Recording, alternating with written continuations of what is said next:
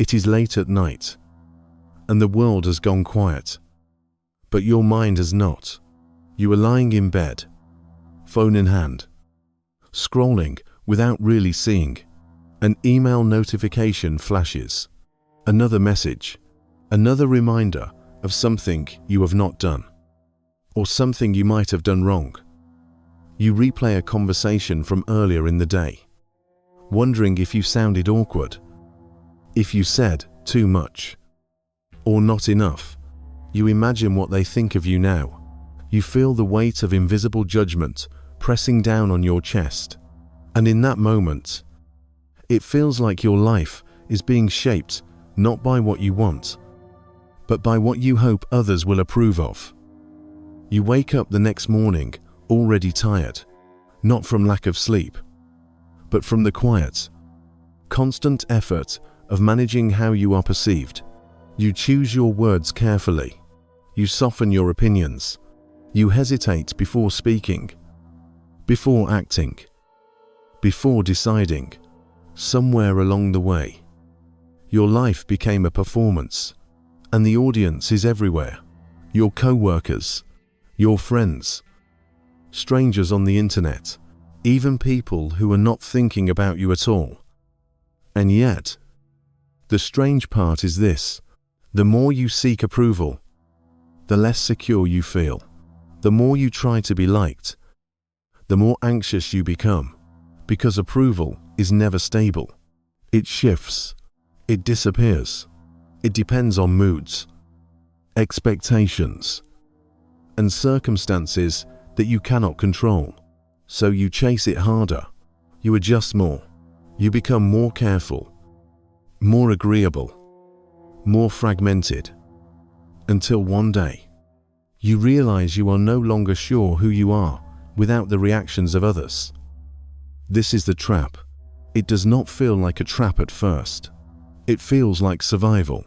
It feels like being a good person, a responsible person, a likable person. But slowly, quietly, it takes something from you. Your clarity, your courage, your sense of inner ground. And this is not a new problem.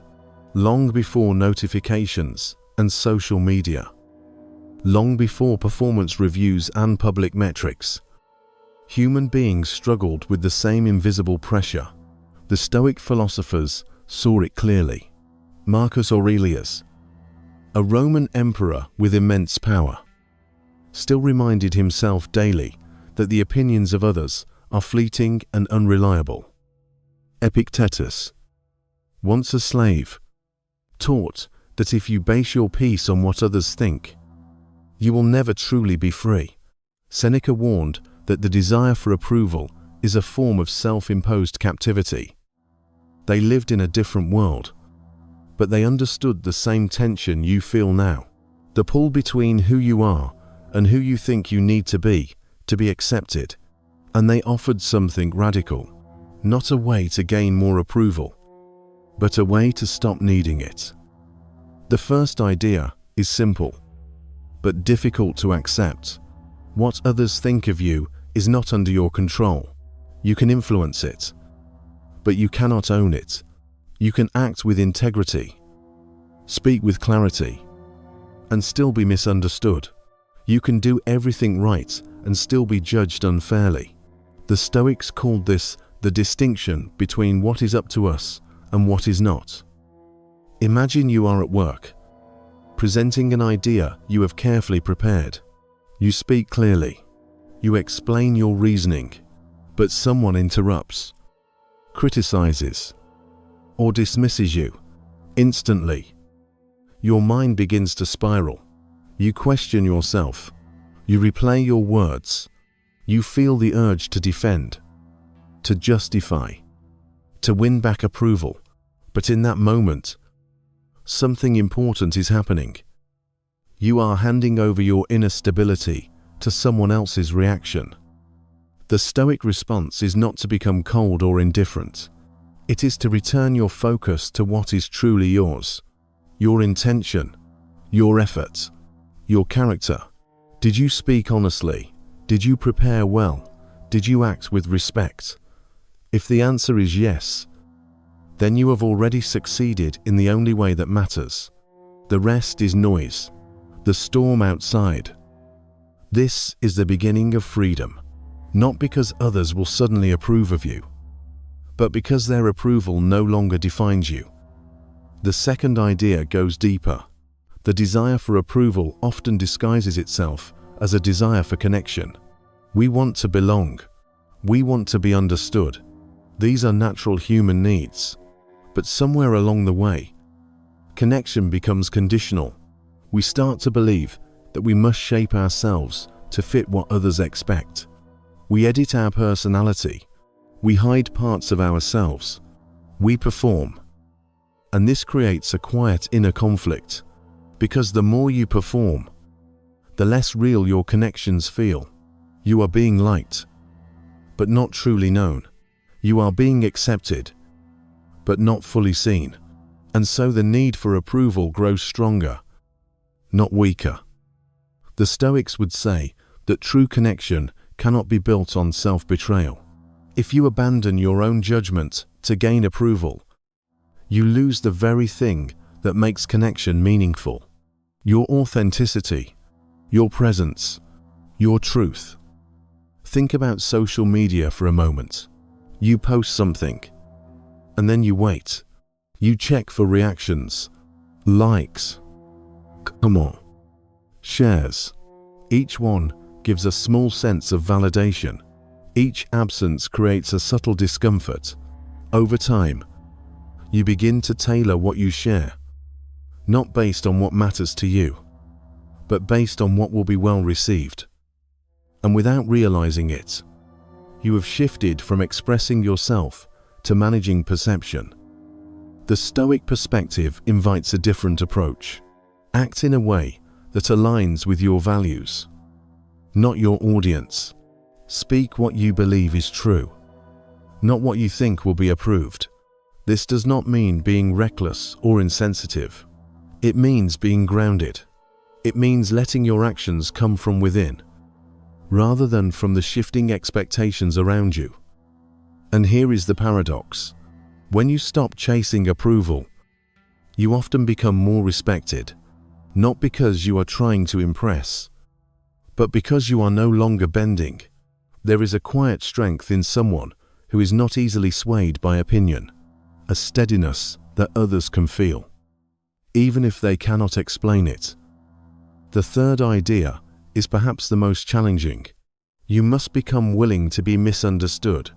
This is where many people hesitate, because the fear of being judged, rejected, or disliked can feel overwhelming. It touches something deep, a fear of exclusion, a fear of being alone. But consider this: if you live your life trying to avoid misunderstanding, you will end up saying very little that is truly your own. You will remain safe, but also limited. You will avoid conflict, but also growth. You will be accepted, but at the cost of your own expansion. The Stoics understood that misunderstanding is not a failure. It is a natural consequence of being an individual in a complex world. People see you through their own filters, their own experiences, their own expectations. You cannot control that, and trying to control it will only exhaust you. Instead, they suggest something quieter. Let people think what they will. Focus on living in alignment with your principles. Over time, those who are meant to understand you will, and those who do not were never your audience to begin with. Imagine a career decision. You feel drawn to change direction, to pursue something that feels more meaningful. But others question it. They doubt you. They offer advice that reflects their fears, not your vision, and you feel the pull to stay where you are. Not because it is right for you, but because it is easier to be approved than to be questioned. This is the moment of choice, not between right and wrong, but between comfort and integrity. The Stoic path asks you to choose integrity, to accept that approval may decrease, at least for a time, but in return, you gain something far more stable: self-respect, inner coherence, a life that feels like your own. Now, all of this can feel abstract, so let us bring it into practice, not as a grand transformation, but as small, daily shifts. The first practice is a simple question. Before you act, pause and ask yourself, is this coming from my values or from my need for approval? You do not need to judge the answer, just notice it. Over time, this awareness creates space, and in that space, you can begin to choose differently. The second practice is to deliberately allow small moments of disapproval. Speak your honest opinion in a low-stakes situation. Say no when you would normally say yes. Share something that matters to you without editing it for maximum acceptance. These are small acts, but they build tolerance. They teach your mind that disapproval is not dangerous. It is simply part of being real. The third practice is to anchor yourself at the end of each day. Reflect not on how you were perceived, but on how you acted. Ask yourself, did I live in alignment with what I believe is right? Did I act with courage, even in small ways? Did I remain steady, even when the storm of opinion was loud? This shifts your measure of success from external validation to internal consistency. And slowly, something begins to change. The need for approval does not disappear overnight, but it loosens its grip. You feel less reactive, less dependent, more grounded. You begin to trust your own judgment again. There is a quiet freedom in this, not the loud, dramatic kind, but a steady, reliable kind. The kind that allows you to move through the world without constantly checking how you are being received. The kind that lets you rest, even when others disagree. The kind that gives you back your energy, your attention, your life. And perhaps the most important realization is this: you were never meant to be approved by everyone. No one is. Even the most respected figures in history were criticized, misunderstood, rejected. Approval is not a measure of truth. It is a reflection of perspective. So instead of asking, do they approve of me? You can begin to ask, am I living in a way that I can stand behind?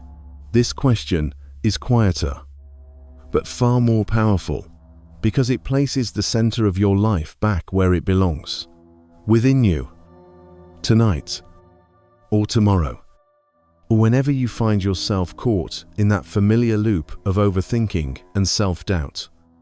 Remember this: you do not need to win the approval of the world to be at peace. You only need to stop giving it the authority to define you.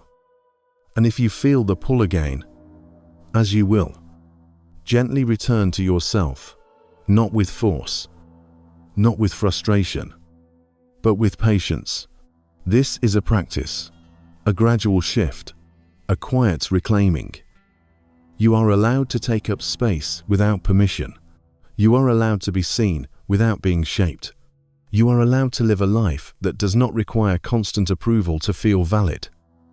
And if this idea resonates with you, sit with it, return to it, let it settle slowly, like still water after a storm, because the more you come back to this place, the less you will feel the need to search for it anywhere else.